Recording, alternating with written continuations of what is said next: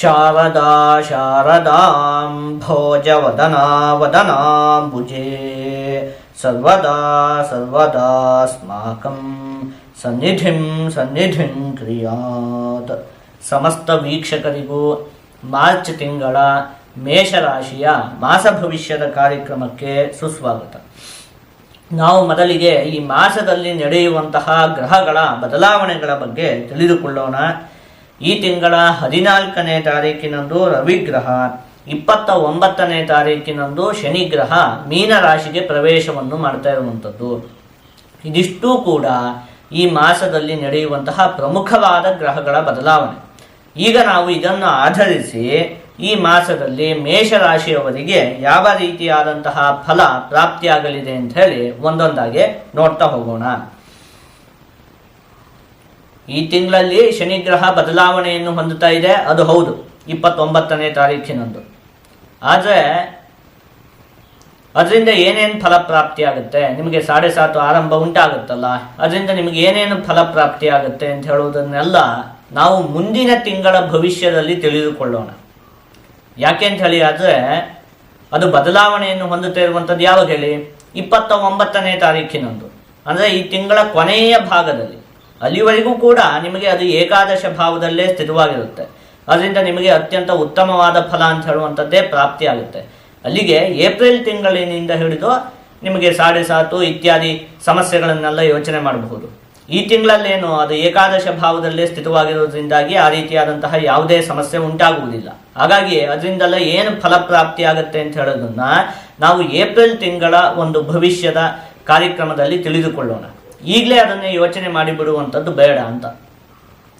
ಯಾಕೆ ಅಂತ ಹೇಳಿದರೆ ಈಗಲೇ ನಾನು ಅದನ್ನು ಯೋಚನೆ ಮಾಡಿಬಿಡಬಹುದು. ಈ ಮಾರ್ಚ್ ತಿಂಗಳು 29ನೇ ತಾರೀಕಿಗೆ ಬದಲಾವಣೆಯನ್ನು ಹೊಂದುತ್ತಾ ಇರೋದ್ರಿಂದಾಗಿ ಮಾರ್ಚ್ ತಿಂಗಳ ಮಾಸ ಭವಿಷ್ಯದಲ್ಲೇ ಅದನ್ನು ಯೋಚನೆ ಮಾಡಿಬಿಡಬಹುದು. ಆದರೆ ಅದು ಸುಮ್ಮನೆ ನಿಮ್ಮ ಒಂದು ಸಮಯವನ್ನು ನಾನು ಹಾಳು ಮಾಡಿದ ಹಾಗಾಗುತ್ತೆ. ಯಾಕೆ ಅಂತ ಹೇಳಿದರೆ ಈಗ ಈ ತಿಂಗಳಂತೂ ಹೇಗೂ ಚೆನ್ನಾಗಿದೆ. ಈಗಲೇ ಆ ಒಂದಷ್ಟು ಏನು 7.5 ಇತ್ಯಾದಿಗಳನ್ನು ಈಗಲೇ ಹೇಳಿಬಿಟ್ರೆ ನಿಮ್ಗೆ ಈಗ ಒಂದು ಚೆನ್ನಾಗಿರುವಂತಹ ಸಮಯವನ್ನು ಅನುಭವಿಸುವುದಕ್ಕೂ ಕೂಡ ಬಿಡದೆ ಇರುವ ರೀತಿ ಮಾಡಿದ ಹಾಗಾಗತ್ತಲ್ವಾ. ಅದಕ್ಕೋಸ್ಕರ ಬೇಡ. ಈ ತಿಂಗಳಂತೂ ಹೇಗೂ ಚೆನ್ನಾಗಿದೆ. ಅದು ಬದಲಾವಣೆಯನ್ನು ಹೊಂದಿರುವುದು ಯಾವಾಗ ಹೇಳಿ, 29ನೇ ತಾರೀಕು ಆದ್ಮೇಲೆ. ಹಾಗಾಗಿ ಈ ತಿಂಗಳಲ್ಲಿ ಏನು ಅದರಿಂದ ಯಾವುದೇ ದುಷ್ಟ ಪರಿಣಾಮ ಅಂತ ಹೇಳುವಂಥದ್ದು ಉಂಟಾಗುವುದಿಲ್ಲ. ಈ ತಿಂಗಳಲ್ಲಿ ಅದು ಏಕಾದಶ ಭಾವದಲ್ಲಿ ಸ್ಥಿತವಾಗಿರುತ್ತೆ. ಅದರಿಂದ ಉತ್ತಮವಾದ ಫಲ ಅಂತ ಹೇಳುವಂಥದ್ದೇ ಪ್ರಾಪ್ತಿಯಾಗುತ್ತೆ. ನೀವು ಕೂಡ ಹಾಗಾಗಿ ಈ ತಿಂಗಳಲ್ಲಿ ಅದ್ರ ಬಗ್ಗೆ ಏನು ಅತಿ ಹೆಚ್ಚು ಯೋಚನೆ ಮಾಡುವುದಕ್ಕೆ ಹೋಗುವುದು ಬೇಡ. ನಾವು ಏಪ್ರಿಲ್ ತಿಂಗಳ ಮಾಸ ಭವಿಷ್ಯದಲ್ಲಿ ಅದ್ರ ಬಗ್ಗೆ ತಿಳಿದುಕೊಳ್ಳೋಣ. ಉದಾಹರಣೆಗೆ ಹೇಳಬೇಕು ಅಂತ ಹೇಳಿ ಆದರೆ, ನಾವೀಗ ಯಾವುದೋ ಒಂದು ತುಂಬ ಚೆನ್ನಾಗಿರುವಂತಹ ಒಂದು ಹೋಟೆಲಿಗೆ ಹೋಗಿರ್ತೀವಿ. ಅಲ್ಲಿ ನಮಗೆ ಏನೇನು ಆಹಾರಗಳು ಬೇಕೋ ಅದನ್ನೆಲ್ಲ ನಾವು ಹೇಳ್ತೀವಿ, ಇದನ್ನೆಲ್ಲ ತಂದು ಕೊಡಿ ಅಂತ. ಎಲ್ಲ ತಂದು ಒಂದು ತಟ್ಟೆಯಲ್ಲಿ ಇಟ್ಟಿರ್ತಾರೆ. ನಮ್ಮ ಕೈಲಿ ದುಡ್ಡು ಕೂಡ ಇರುತ್ತೆ. ಅಂತಹ ಒಂದು ಸಂದರ್ಭ ಅವಾಗ ಅದನ್ನೆಲ್ಲ ಆಸ್ವಾದಿಸಬೇಕು. ಅಷ್ಟೊತ್ತಿಗೆ ನಾವು ಇದಕ್ಕೆ ಎಷ್ಟು ಬಿಲ್ ಆಗುತ್ತೋ ಏನೋ, ಸಿಕ್ಕಾಪಟ್ಟೆ ಖರ್ಚಾಗುತ್ತೋ ಏನೋ ಅಂತ ಹೇಳಿ ಯೋಚನೆ ಮಾಡ್ತಾ ಕುತ್ಕೊಂಡ್ಬಿಟ್ರೆ ಏನಾಗುತ್ತೆ ಹೇಳಿ, ನಮ್ಮ ಅದನ್ನು ಆಸ್ವಾದಿಸುವುದಕ್ಕೆ ಆಗುವುದಿಲ್ಲ ನಮಗೆ. ಹೇಗೂ ನಾವು ಆ ರೀತಿಯಾಗಿ ಯೋಚನೆ ಮಾಡದೇ ಇದ್ರು ಬಿಲ್ ಕೊಡಲೇಬೇಕು ಕೊನೆಗೆ. ಆದರೆ ಇಲ್ಲಿ ಅದನ್ನು ಆಸ್ವಾದಿಸುವಂತಹ ಸಮಯವನ್ನು ನಾವು ಹಾಳು ಮಾಡ್ಕೊಂಡ್ಬಿಡ್ತೀವಿ. ಅದೇ ರೀತಿಯಾಗಿ ಈ ಮಾಸದಲ್ಲಿ ಹೇಗೂ ನಿಮಗೆ ಶನಿಗ್ರಹ ಏಕಾದಶ ಭಾವದಲ್ಲಿ ಸ್ಥಿತವಾಗಿದೆ, ಉತ್ತಮವಾದ ಫಲ ಅಂತ ಹೇಳುವಂಥದ್ದು ಪ್ರಾಪ್ತಿಯಾಗುತ್ತೆ. ಈಗಲೇ ನಾನು ಅದು ಬದಲಾವಣೆ ಆಗ್ತಿರುವುದು ಕೂಡ ಯಾವಾಗ, 29 ಅಂದರೆ ಈ ತಿಂಗಳು ಕೊನೆಯ ಭಾಗದಲ್ಲಿ. ಈ ತಿಂಗಳಲ್ಲೇನು ಅದರಿಂದ ಯಾವುದೇ 7.5 ಫಲ ಅಂತ ಹೇಳುವಂಥದ್ದು ಪ್ರಾಪ್ತಿ ಆಗುವುದಿಲ್ಲ. ಈಗ ಇಷ್ಟು ಒಳ್ಳೆಯ ಸಮಯ ಇರುವಾಗ ನಾನು ಅದ್ರ ಬಗ್ಗೆ ಏನಾದರೂ ಹೇಳ್ತಾ ಕೂತ್ಕೊಂಡ್ರೆ, ಅಥವಾ ನೀವು ಕೂಡ ಅದ್ರ ಬಗ್ಗೆ ಈಗೇನು ಯೋಚನೆ ಮಾಡುವುದು ಬೇಡ, ಅದ್ರ ಬಗ್ಗೆ ನೀವೇನಾದರೂ ಯೋಚನೆ ಮಾಡ್ತಾ ಕೂತ್ಕೊಂಡ್ರೆ ಈ ರೀತಿಯಾದ ಪರಿಸ್ಥಿತಿ ಅಂತ. ಇಲ್ಲಿ ಒಳ್ಳೆ ಭೋಜನ ಇದೆ, ಅದನ್ನ ಸವಿಬೇಕು. ಈಗ ಅದ್ರ ಟೈಮ್ ಅದು. ಬಿಲ್ಲನ್ನು ಹೇಗೂ ಕೊಡಲೇಬೇಕು, ಕೊಡೋಣಂತೆ, ಅದು ಕೊನೆಗೆ ಅದು.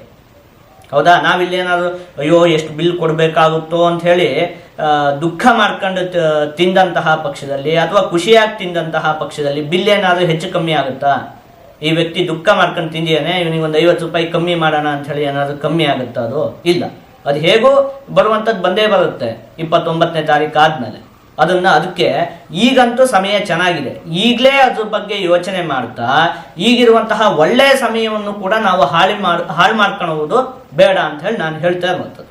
ಇದು ನಿಮಗೆ ಅರ್ಥ ಆಯಿತು ಅಂತ ಹೇಳಿ ನಾನು ಅಂದ್ಕೊಳ್ತೀನಿ. ಇನ್ನು ಈ ತಿಂಗಳಲ್ಲಿ ಏನೇನು ಫಲ ಪ್ರಾಪ್ತಿ ಆಗುತ್ತೆ ಅದನ್ನು ನೋಡ್ತಾ ಹೋಗೋಣ. ನಾನು ಹೋದ ತಿಂಗಳ ಭವಿಷ್ಯವನ್ನು ಹೇಳುವಂತಹ ಸಂದರ್ಭದಲ್ಲೇ ನಿಮಗೆ ಹೇಳಿದ್ದೆ, ಈ ಮಾಸದಲ್ಲಿ ಅತ್ಯಂತ ಉತ್ತಮವಾಗಿ ಹಣಕಾಸಿನ ಆಗಮನ ಉಂಟಾಗುತ್ತೆ ಅಂತ. ಯಾಕೆ ಅಂದರೆ ಹೋದ ತಿಂಗಳಲ್ಲಿ ನಿಮಗೆ ಅನೇಕ ಗ್ರಹಗಳು ಏಕಾದಶ ಭಾವ ಲಾಭಸ್ಥಾನದಲ್ಲಿ ಸ್ಥಿತವಾಗಿತ್ತು. ಹಾಗಾಗಿ ಅತ್ಯಂತ ಉತ್ತಮವಾಗಿ ಹಣಕಾಸಿನ ಆಗಮನ ಉಂಟಾಗುತ್ತೆ ಅಂತ ಹೇಳಿ ಯೋಚನೆ ಮಾಡಿದ್ದೆ. ಈ ಮಾಸದಲ್ಲಿಯೂ ಕೂಡ ಈ ಮಾಸದ ಒಂದು 14ನೇ ತಾರೀಕಿನವರೆಗೂ ಕೂಡ ನಿಮಗೆ ಅತ್ಯಂತ ಉತ್ತಮವಾಗಿ ಹಣಕಾಸಿನ ಆಗಮನ ಅಂತ ಹೇಳುವಂಥದ್ದು ಉಂಟಾಗುತ್ತೆ. 14ನೇ ತಾರೀಕು ಆದಮೇಲೆ ಒಂದು ಸ್ವಲ್ಪ ಹಣಕಾಸಿನ ವ್ಯಯ ಉಂಟಾಗುವುದಕ್ಕೆ ಅವಕಾಶ ಇರುತ್ತೆ. ಅಲ್ಲಿವರೆಗೂ ಕೂಡ ತುಂಬ ಉತ್ತಮವಾಗಿ ಹಣಕಾಸಿನ ಆಗಮನ ಅಂತ ಹೇಳುವಂಥದ್ದು ಉಂಟಾಗ್ತಾ ಇರುತ್ತೆ. 14ನೇ ತಾರೀಕು ಆದಮೇಲೆ ಒಂದು ಸ್ವಲ್ಪ ಹಣಕಾಸಿನ ವ್ಯಯ ಉಂಟಾಗುವುದಕ್ಕೆ ಅವಕಾಶ ಇರುತ್ತೆ. ಹಾಗಾಗಿ ನೀವೇನು ಮಾಡ್ಬೇಕು ಹೇಳಿ, ದುಂದು ವೆಚ್ಚವನ್ನು ಮಾಡುವುದಕ್ಕೆ ಹೋಗಬಾರ್ದು. ಸುಮ್ಮನೆ ನಿಮಗೆ ಅವಶ್ಯಕತೆ ಇಲ್ಲದೆ ಇರುವಂತಹ ವಸ್ತುಗಳನ್ನು ಕೂಡ ತೆಗೆದುಕೊಳ್ಳುವಂಥದ್ದು, ಈ ರೀತಿಯಾಗಿ ನೀವು ಮಾಡಿಕೊಳ್ಳಬಾರದು.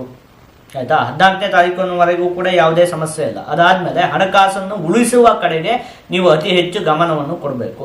ಇದಾದಮೇಲೂ ಕೂಡ 7:30 ಎಲ್ಲ ಆರಂಭ ಆಗುತ್ತಲ್ಲ, ಅವಾಗೆಲ್ಲ ಒಂದಷ್ಟು ವ್ಯಯ ಉಂಟಾಗುವುದಕ್ಕೆ ಅವಕಾಶ ಇರುತ್ತೆ. ಈಗ ನಿಮಗೆ ಈಗಿನ ಪರಿಸ್ಥಿತಿ ನೋಡೋಣ. ಈಗಂತೂ ಚೆನ್ನಾಗಿ ಹಣಕಾಸಿನ ಆಗಮನ ಉಂಟಾಗೋದಕ್ಕೆ ಅವಕಾಶ ಇದೆಯಲ್ಲ, ಏನು ಮಾಡ್ಬೇಕು ಹೇಳಿ, ಬಂದಿರುವಂಥ ಹಣವನ್ನೆಲ್ಲ ನೀವು ಕೂಡಿಟ್ಕೊಳ್ಬೇಕು ಮುಂದಿನ ದಿನಗಳಿಗಾಗಿ.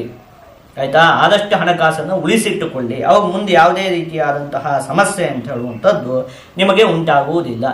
ಇನ್ನು ಈ ಮಾಸದಲ್ಲಿ ಅನೇಕ ಗ್ರಹಗಳು ನಿಮಗೆ ದ್ವಾದಶ ಭಾವದಲ್ಲಿ ಸ್ಥಿರವಾಗಿರುವುದರಿಂದಾಗಿ ಒಂದಷ್ಟು ದೂರ ಪ್ರಯಾಣ ಮಾಡುವಂತಹ ಯೋಗಗಳು ಇದೆ. ಯಾವುದೋ ಒಂದಷ್ಟು ತೀರ್ಥಕ್ಷೇತ್ರಗಳಿಗೆ ಹೋಗುವಂಥದ್ದು ಇರಬಹುದು, ಯಾವುದೋ ದೇವಸ್ಥಾನಗಳಿಗೆ ಹೋಗುವಂಥದ್ದು ಇರಬಹುದು. ಈ ರೀತಿಯಾಗಿ ಒಟ್ಟಲ್ಲಿ ದೂರ ಪ್ರಯಾಣ, ಒಂದಷ್ಟು ಪ್ರವಾಸಿ ಕ್ಷೇತ್ರಗಳಿಗೆ ಹೋಗುವಂಥದ್ದು ಇರಬಹುದು. ಈ ರೀತಿಯಾಗಿ ದೂರ ಪ್ರಯಾಣ ಮಾಡುವಂತಹ ಒಂದಷ್ಟು ಯೋಗಗಳು ನಿಮಗೆ ಈ ಮಾಸದಲ್ಲಿ ಇದೆ.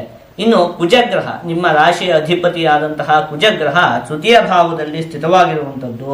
ಆ ಸಂದರ್ಭದಲ್ಲಿ ವಿಜಯಂ ಧನಮಾರೋಗ್ಯಂ ಇಷ್ಟಸಿದ್ಧಿ ಸುಭೋಜನಂ ವಸ್ತ್ರಲಾಭಾದಿ ಸನ್ಮಾನಂ ತೃತೀಯ ಸ್ಥಾನಗೆ ಕುಜೆ ಅಂತ ಹೇಳಿರುವಂಥದ್ದು. ಮುಖ್ಯವಾಗಿ ಅದನ್ನೇ ನಾನು ಯೋಚನೆ ಮಾಡಿದ್ನಲ್ಲ, ಹಣ ಒಂದು 14ನೇ ತಾರೀಕಿನವರೆಗೂ ಕೂಡ ತುಂಬ ಚೆನ್ನಾಗಿ ಹಣಕಾಸಿನ ಆಗಮನ ಎಲ್ಲ ಉಂಟಾಗುತ್ತೆ. ಅದಾದಮೇಲೂ ಕೂಡ ಈ ಕುಜಗ್ರಹ ಎಲ್ಲ ತೃತೀಯ ಭಾವದಲ್ಲಿ ಸ್ಥಿತವಾಗಿರೋದ್ರಿಂದಾಗಿ ಹಣಕಾಸಿನ ಆಗಮನ ಎಲ್ಲ ಆಗ್ತಾ ಇರುತ್ತೆ. ಆದರೆ ಅದನ್ನು ನೀವು ಉಳಿಸುವ ಕಡೆಗೆ ಹೆಚ್ಚಿಗೆ ಗಮನವನ್ನು ಕೊಡಬೇಕು. ವಸ್ತ್ರಲಾಭಾದಿ ಸನ್ಮಾನಂ, ಒಂದಷ್ಟು ಸಮಾಜದಲ್ಲಿ ನಿಮಗೆ ಗೌರವ ಅಂತ ಹೇಳುವಂಥದ್ದು ಕೂಡ ಪ್ರಾಪ್ತಿಯಾಗುತ್ತೆ. ಇನ್ನು ಮುಖ್ಯವಾಗಿ ಏನು ಗೊತ್ತಾ, ಈ ಮಾಸದಲ್ಲಿ ಹೇಗೂ ಶನಿಗ್ರಹ ನಿಮಗೆ ಏಕಾದಶ ಭಾವದಲ್ಲಿ ಸ್ಥಿತವಾಗಿರುತ್ತೆ, ಗುರುಗ್ರಹ ದ್ವಿತೀಯ ಭಾವದಲ್ಲಿ ಸ್ಥಿತವಾಗಿರುತ್ತೆ. ಹಾಗಾಗಿ ಈ ಮಾಸದಲ್ಲಿ ಅನೇಕ ನಿಮಗೆ ಉತ್ತಮವಾದ ಫಲಗಳೇ ಪ್ರಾಪ್ತಿಯಾಗುತ್ತೆ. ಈ ಮಾಸದಲ್ಲಿ ಏನಕ್ಕೂ ಕೂಡ ಯೋಚನೆ ಮಾಡುವಂತಹ ಅವಶ್ಯಕತೆ ಇಲ್ಲ. 1-2-3 ವಿಚಾರದಲ್ಲಿ ಒಂದು ಸ್ವಲ್ಪ ಜೋಪಾನವಾಗಿರಬೇಕಾಗತ್ತೆ. ಅದೇನು ಅಂತ ಹೇಳಿ ನೋಡ್ತಾ ಹೋಗೋಣ. ಮೊದಲನೇದಾಗಿ ಚರ್ಮಕ್ಕೆ ಸಂಬಂಧಪಟ್ಟಿರುವಂತಹ ಆರೋಗ್ಯದ ವಿಚಾರ ಮತ್ತು ಉಸಿರಾಟಕ್ಕೆ ಸಂಬಂಧಪಟ್ಟಿರುವಂತಹ ಆರೋಗ್ಯದ ವಿಚಾರದಲ್ಲಿ ನಿಮಗೆ ಈ ಮುಂಚೆಯಿಂದಲೂ ಕೂಡ ಯಾವುದಾದರೂ ಸಮಸ್ಯೆ ಇದ್ದಂತಹ ಪಕ್ಷದಲ್ಲಿ ನೀವು ಒಂದು ಸ್ವಲ್ಪ ಜೋಪಾನವಾಗಿ ಇರಬೇಕಾಗುತ್ತೆ. ಅಂಥೇಳಿ ಆದರೆ ಆರೋಗ್ಯದ ವಿಚಾರದಲ್ಲಿ ಯಾವುದೇ ದೊಡ್ಡ ಮಟ್ಟಿನ ಸಮಸ್ಯೆ ಉಂಟಾಗುವುದಿಲ್ಲ ಈ ಮಾಸ. ಅದೇ ಚರ್ಮಕ್ಕೆ ಸಂಬಂಧಪಟ್ಟಿರುವಂತಹ ಆರೋಗ್ಯದ ವಿಚಾರದಲ್ಲಿ ಈ ಹಿಂದಿನಿಂದಲೂ ಏನಾದರೂ ಸಮಸ್ಯೆ ಇದೆ ಅಂತ ಹೇಳಿ ಆದ ಪಕ್ಷದಲ್ಲಿ ವೈದ್ಯರ ಸಲಹೆಗಳನ್ನೆಲ್ಲ ನೀವು ಪಾಲಿಸಬೇಕಾಗತ್ತೆ. ಹಾಗೆ ಉಸಿರಾಟಕ್ಕೆ ಸಂಬಂಧಪಟ್ಟಿರುವಂತಹ ವಿಚಾರದಲ್ಲಿಯೂ ಅದೇ ರೀತಿಯಾಗಿ. ಇನ್ನು ಉದ್ಯೋಗದ ಸ್ಥಳದಲ್ಲಿ ನೀವು ಈ ಮಾಸದಲ್ಲಿ ಒಂದು ಸ್ವಲ್ಪ ಕಮ್ಮಿ ಮಾತನಾಡಬೇಕಾಗತ್ತೆ. ಅಂದರೆ ಮಾತಿನಿಂದಾಗಿ ಉದ್ಯೋಗದ ಸ್ಥಳದಲ್ಲಿ ಒಂದಷ್ಟು ಸಮಸ್ಯೆಗಳು ಉಂಟಾಗುವುದಕ್ಕೆ ಅವಕಾಶ ಇದೆ. ಹಾಗಾಗಿ ಉದ್ಯೋಗದ ಸ್ಥಳದಲ್ಲಿ ಎಷ್ಟು ಬೇಕೋ ಅಷ್ಟೇ ಮಾತಾಡಿ. ಇನ್ನೊಬ್ಬರ ಬಗ್ಗೆ ಏನನ್ನೋ ಹೇಳುವಂಥದ್ದು ಇಂಥದ್ದನ್ನೆಲ್ಲ ಮಾಡುವುದಕ್ಕೆ ಹೋಗಬೇಡಿ. ಇನ್ನು ಅಮೂಲ್ಯವಾದ ವಸ್ತುಗಳನ್ನು ನೀವು ಒಂದು ಸ್ವಲ್ಪ ಜೋಪಾನವಾಗಿ ಇಟ್ಕೊಳ್ಬೇಕಾಗತ್ತೆ. ನಿಮ್ಮ ಮೊಬೈಲ್ ಆಗಿರಬಹುದು, ಅಥವಾ ಏನೋ ದುಡ್ಡನ್ನು ತಗೊಂಡು ಹೋಗಿರ್ತೀರಿ ಎಲ್ಲಿಗಾದರೂ ಹೋಗುವಂತಹ ಸಂದರ್ಭದಲ್ಲಿ ಅದನ್ನೆಲ್ಲ ಆದಷ್ಟು ನೀವು ಜೋಪಾನವಾಗಿ ಇಟ್ಟುಕೊಳ್ಬೇಕಾಗತ್ತೆ. ಈ 1-2-3 ವಿಚಾರದಲ್ಲಿ ನೀವು ಈ ಮಾಸದಲ್ಲಿ ಒಂದು ಸ್ವಲ್ಪ ಜೋಪಾನವಾಗಿರಬೇಕು. ಇನ್ನು ಉಳಿದಂತಹ ಎಲ್ಲ ವಿಚಾರದಲ್ಲಿಯೂ ನಿಮಗೆ ಅತ್ಯಂತ ಉತ್ತಮವಾದ ಫಲವೇ ಪ್ರಾಪ್ತಿಯಾಗುತ್ತೆ. ಯಾಕೆ ಹೇಳಿ, ಶನಿಗ್ರಹ ಏಕಾದಶ ಭಾವದಲ್ಲಿ ಸ್ಥಿತವಾಗಿದೆ ಈ ಮಾಸದಲ್ಲಿ. ಇನ್ನು ಗುರುಗ್ರಹವಂತೂ ದ್ವಿತೀಯ ಭಾವದಲ್ಲಿ ಸ್ಥಿತವಾಗಿದೆ. ಹಾಗಾಗಿ ಈ ಮಾಸದಲ್ಲಿ ನಿಮಗೆ ಅತ್ಯಂತ ಉತ್ತಮವಾದ ಫಲ ಅಂತ ಹೇಳುವಂಥದ್ದೇ ಪ್ರಾಪ್ತಿಯಾಗುತ್ತೆ. ನೀವು ಮುಂದಿನದನ್ನೆಲ್ಲ ಯೋಚನೆ ಮಾಡ್ತಾ ಈ ಮಾಸವನ್ನು ಹಾಳು ಮಾಡ್ಕೊಳ್ಬೇಡಿ. ಈ ಮಾಸ ತುಂಬ ಚೆನ್ನಾಗಿದೆ, ಆಯಿತಾ? ಈಗ ಇದನ್ನೆಲ್ಲ ಒಟ್ಟುಗೂಡಿಸಿ ಒಂದೊಂದೇ ವಿಚಾರದಲ್ಲಿ ಈ ಮಾಸದಲ್ಲಿ ಯಾವ ರೀತಿಯಾದಂತಹ ಫಲ ಪ್ರಾಪ್ತಿಯಾಗುತ್ತೆ ಅಂತ ಹೇಳಿ ನೋಡ್ತಾ ಹೋಗೋಣ. ಮೊದಲನೇದಾಗಿ ಆರೋಗ್ಯಕ್ಕೆ ಸಂಬಂಧಪಟ್ಟಿರುವಂತಹ ವಿಚಾರದಲ್ಲಿ ಈ ಹಿಂದೆ ಹೇಳಿದಂತೆ ಚರ್ಮ ಮತ್ತು ಉಸಿರಾಟಕ್ಕೆ ಸಂಬಂಧಪಟ್ಟಿರುವಂತಹ ಆರೋಗ್ಯದ ವಿಚಾರದಲ್ಲಿ ಒಂದು ಸ್ವಲ್ಪ ಜೋಪಾನವಾಗಿರಬೇಕಾಗುತ್ತೆ. ಇನ್ನು ಕುಟುಂಬಕ್ಕೆ ಸಂಬಂಧಪಟ್ಟಿರುವಂತಹ ವಿಚಾರದಲ್ಲಿ ಈ ಮಾಸ ಉತ್ತಮವಾಗಿದೆ. ವಿದ್ಯೆಗೆ ಸಂಬಂಧಪಟ್ಟಿರುವಂತಹ ವಿಚಾರದಲ್ಲಿ ವಿದ್ಯಾರ್ಥಿಗಳು ಒಂದು ಸ್ವಲ್ಪ ಪರಿಶ್ರಮ ಪಡಬೇಕಾಗುತ್ತೆ. ಉತ್ತಮವಾಗಿದೆ, ಯಾವುದೇ ದೊಡ್ಡ ಮಟ್ಟಿನ ಸಮಸ್ಯೆ ಅಂತ ಹೇಳುವಂಥದ್ದು ಉಂಟಾಗುವುದಿಲ್ಲ. ಹಣಕಾಸಿಗೆ ಸಂಬಂಧಪಟ್ಟಿರುವಂತಹ ವಿಚಾರದಲ್ಲಿ 14ನೇ ತಾರೀಕಿನವರೆಗೂ ಕೂಡ ಯಾವುದೇ ವಿಚಾರಕ್ಕೆ ನೀವು ಯೋಚನೆ ಮಾಡುವಂತಹ ಅವಶ್ಯಕತೆ ಇಲ್ಲ. 14ನೇ ತಾರೀಕು ಆದ್ಮೇಲೂ ಕೂಡ ಹಣಕಾಸಿನ ಆಗಮನ ಎಲ್ಲ ಆಗ್ತಾ ಇರುತ್ತೆ. ಆದರೆ ಬಂದಿರುವಂತಹ ಹಣವನ್ನು ನೀವು ಉಳಿಸಿಟ್ಟುಕೊಳ್ಳಬೇಕು, ಆಯ್ತಾ. ಇನ್ನು ಉದ್ಯೋಗಕ್ಕೆ ಸಂಬಂಧಪಟ್ಟಿರುವಂತಹ ವಿಚಾರದಲ್ಲಿ ಉದ್ಯೋಗದ ಸ್ಥಳದಲ್ಲಿ ಆದಷ್ಟು ನೀವು ಕಮ್ಮಿ ಮಾತನ್ನು ಆಡಬೇಕು. ಈ ಒಂದೆರಡು ವಿಚಾರದಲ್ಲಿ ಜೋಪಾನವಾಗಿ ಇದ್ದಂತಹ ಪಕ್ಷದಲ್ಲಿ ಇನ್ನು ಉಳಿದಂತಹ ಎಲ್ಲ ವಿಚಾರದಲ್ಲಿಯೂ ಕೂಡ ಈ ಮಾಸದಲ್ಲಿ ಅಭಿವೃದ್ಧಿ ಅನ್ನುವಂಥದ್ದು ಉಂಟಾಗುತ್ತೆ. ಆದಷ್ಟು ನೀವು ಈ ಮಾಸದಲ್ಲಿ ವಿಷ್ಣು ದೇವರ ಸೇವೆಯನ್ನು ಮಾಡಬೇಕು, ಹಾಗೆ ಆಂಜನೇಯ ಸ್ವಾಮಿಯ ಆರಾಧನೆಯನ್ನು ಮಾಡಬೇಕು. ಈ ರೀತಿಯಾಗಿ ನೀವು ನಡೆದುಕೊಳ್ಳುವುದರಿಂದ ನಿಮಗೆ ಯಾವುದೇ ಅಶುಭ ಫಲ ಅಂತ ಹೇಳುವಂಥದ್ದು ಪ್ರಾಪ್ತಿಯಾಗುವುದಿಲ್ಲ. ಎಲ್ಲ ಶುಭ ಫಲಗಳು ಕೂಡ ಸಂಪೂರ್ಣವಾಗಿ ಪ್ರಾಪ್ತಿಯಾಗುತ್ತೆ.